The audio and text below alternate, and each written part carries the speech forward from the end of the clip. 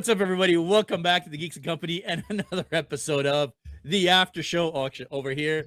The After Show, that's right. Today we are talking about Strange New Worlds, Season 2, Episode 5. Do you remember what the episode? Oh, Charades is what the episode was called. It sure was. Funny enough, was just a throwaway line in the episode or a throwaway joke in the episode. Yep. First of all, my compadre, Hi, mi amigo, my brother, Mr. Jeff. How you doing? I'm wonderful. How are you? Doing good, doing good. It's a little freaking hot here. No, it's today, just you. but, It's just you, big boy. You know? Ooh, Nelly. Let's talk about this episode. Jeff, we are almost halfway through. Actually, we are exactly halfway through. We are exactly halfway season through. 2. That's correct. And so far, it's been a pretty good season. We did say last week that we felt like it was a bit of a filler-ish episode. It was indeed. And, you know, it was an okay episode. And funny enough, this week also felt like a filler-ish episode, but a much better episode. I didn't really. I think there was way too much development in Spock's character, in Chapel's character, to consider this really a filler episode. Fair enough. I think they definitely moved some plot points, some seeds they had placed even last season and earlier this season. They moved a lot of that along. So, no, dude, this was a banger. This was the essence of a really good Trek episode. You take a high concept and you just execute it brilliantly throughout. And I thought Ethan Peck did an amazing job vacillating back and forth between being a Vulcan and being a fully human. Was some of it over the top? Absolutely it was, but he's also hang on, let's back up for a quick second, folks. If you have not watched the episode, we are going to be spoiling stuff, so spoiler warning. Yes, that's correct. Make sure you go watch the episode before you watch this. Go watch that and then come back and watch this. Because Spock turns human. Him and Chapel find this thing. They're in a shuttle together, and it's awkward because it's already been awkward between Spock and Chapel because of the clearly underlying romantic / sexual tension between them. And they go on this shuttle mission, and it takes them near this what looks like a little pocket wormhole on a planet whose species was advanced but has been disappeared for millennia, near Vulcan of all places. Chapel's already all conflicted. They have an accident and they are repaired by these extra dimensional beings. The problem is Spock is half human and half Vulcan. So when they repaired Spock, they just assumed that because Christine was human, that he was supposed to be human as well.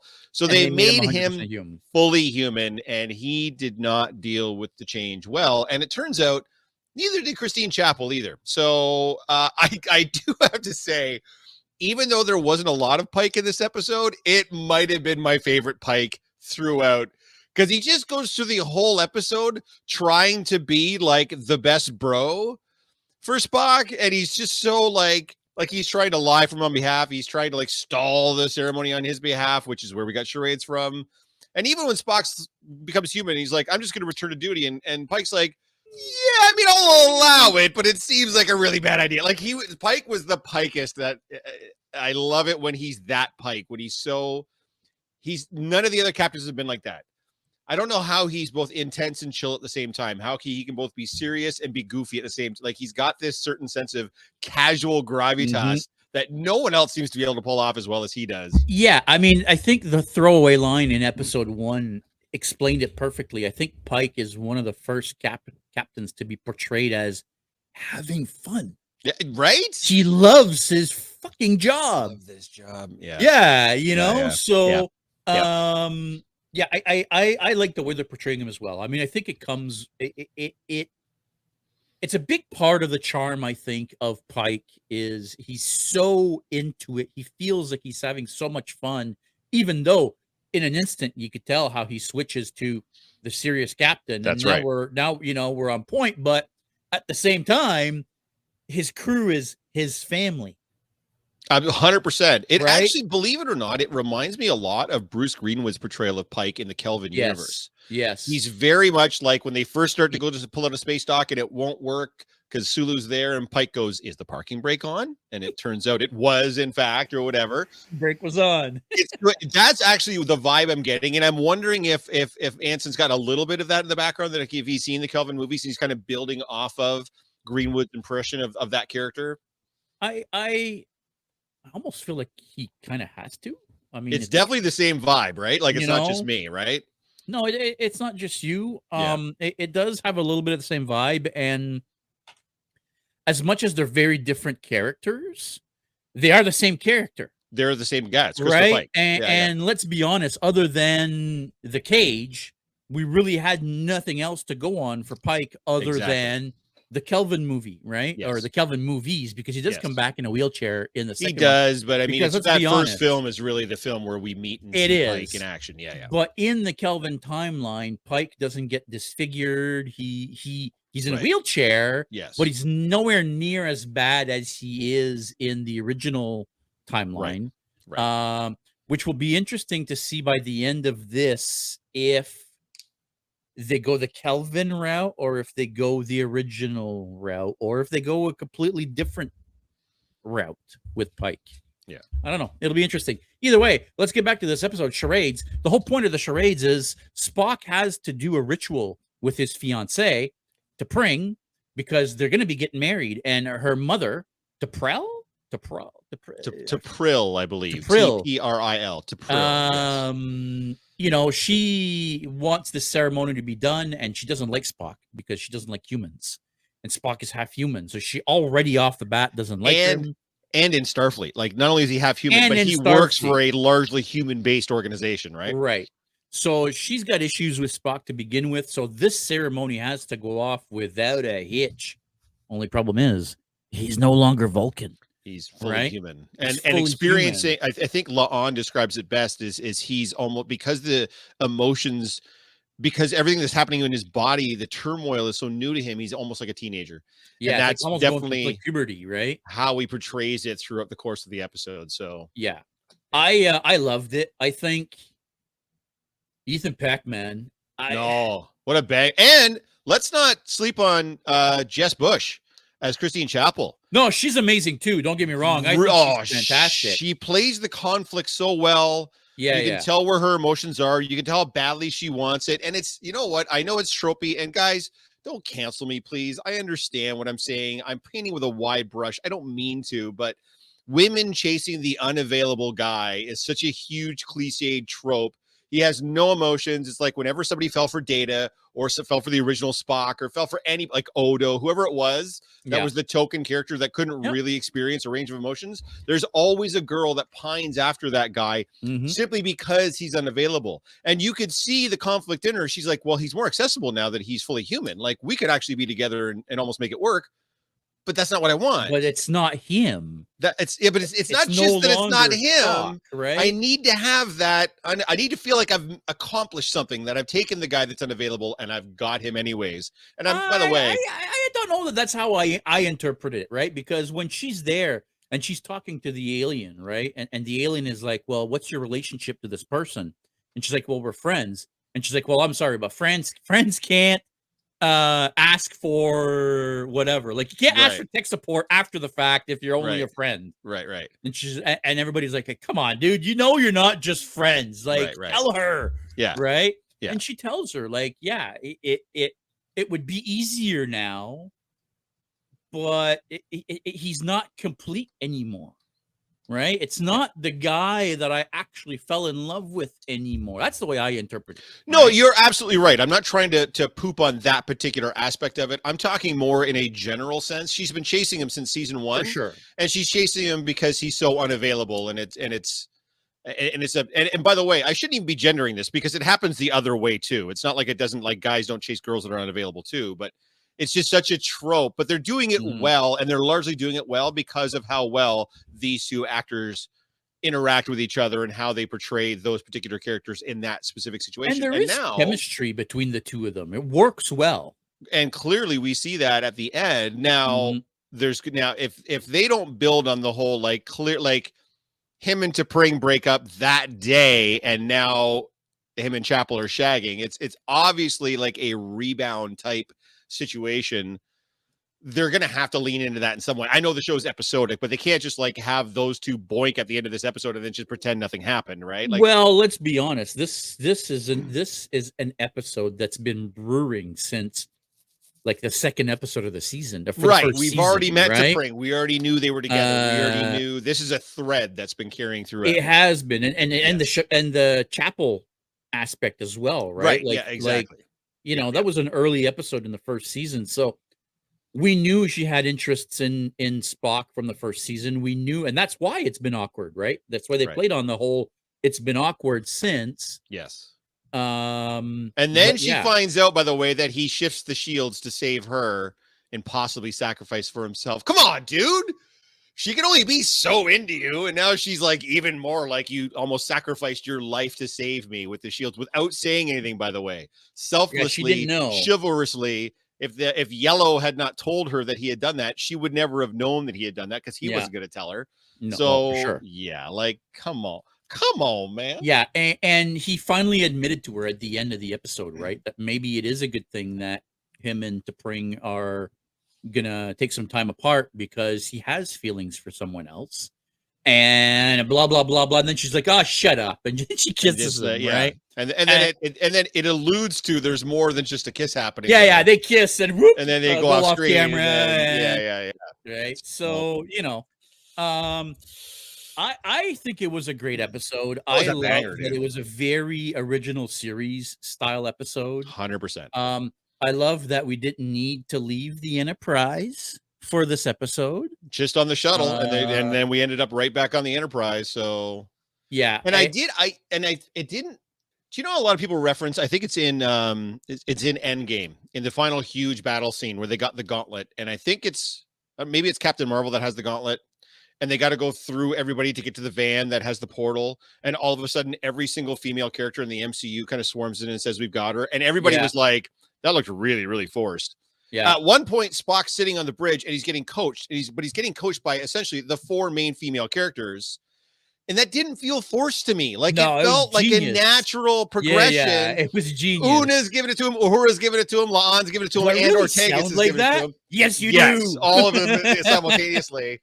And it is almost funny that it seems like Pike was there just to be the supportive bro, and like M'Benga was there to kind of like do the doctoring and stuff, but it seemed like the women really kind of are the ones to shepherd him through this trial of this emotionality and these humanisms that he was feeling.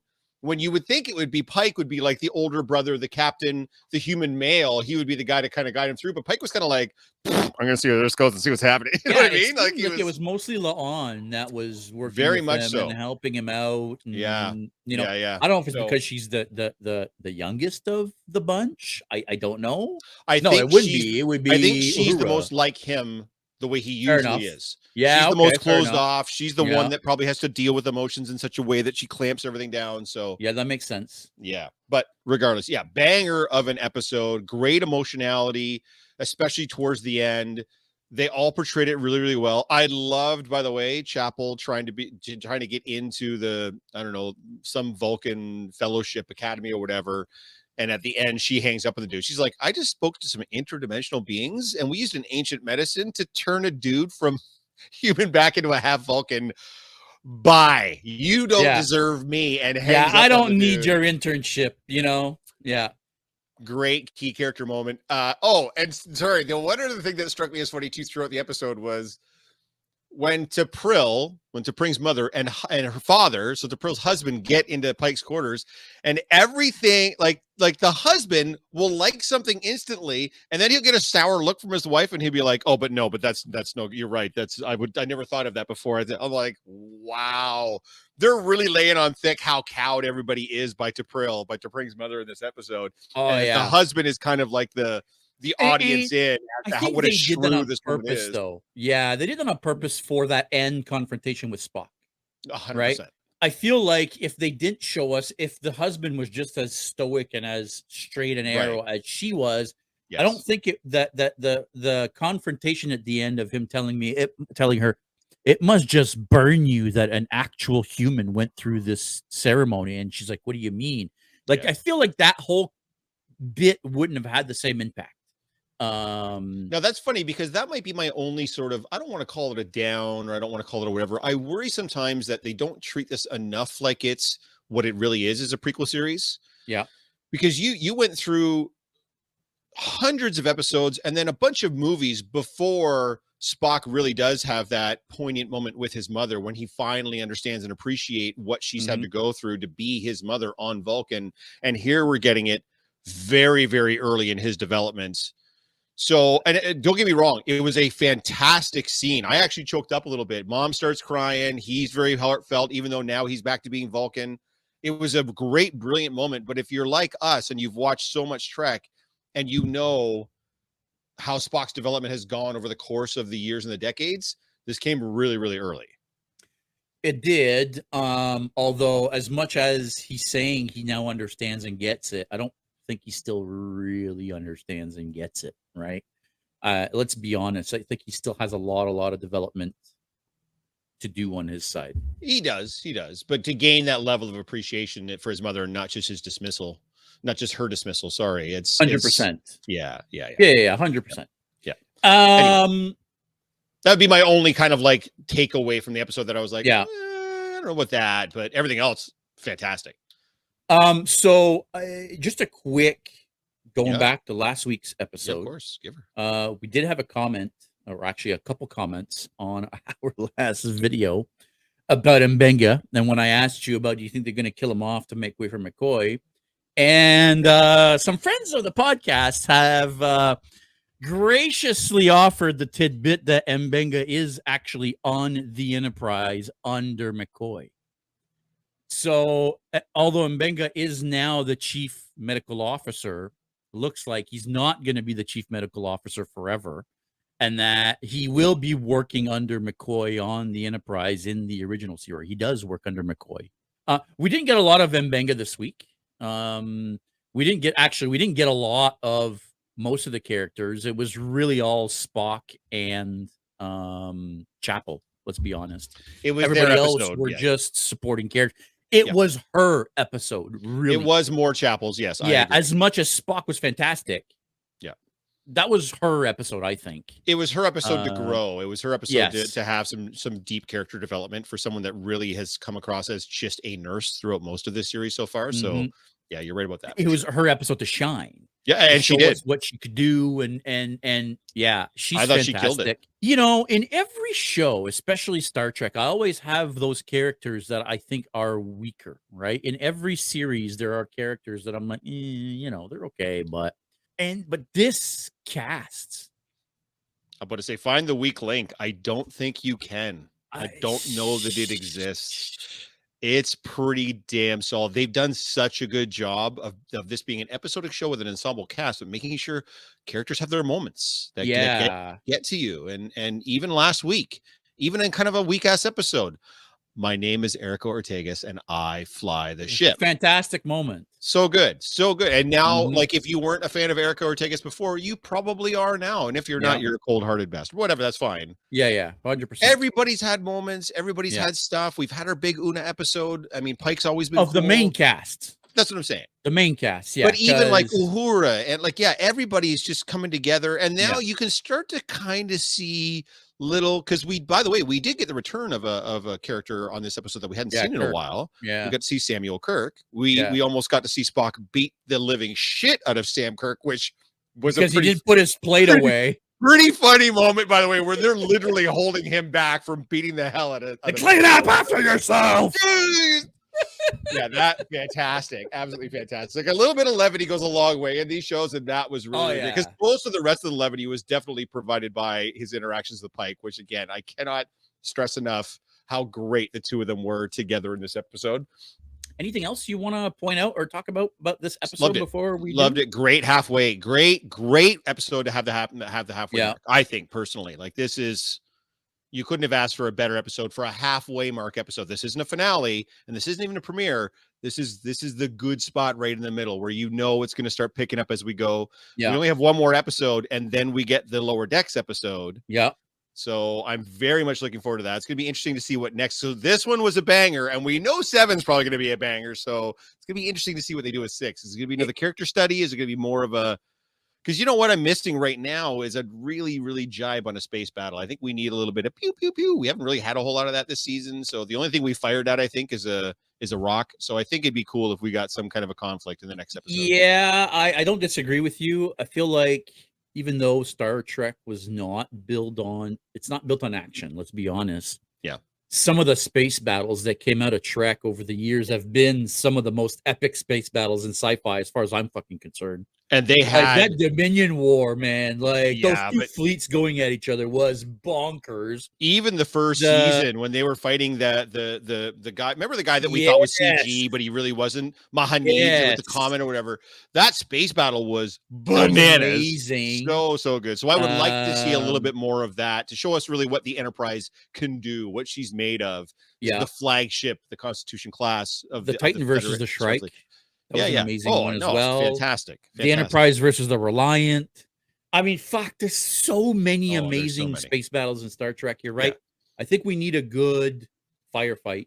Yeah. A good dog fight. Yeah.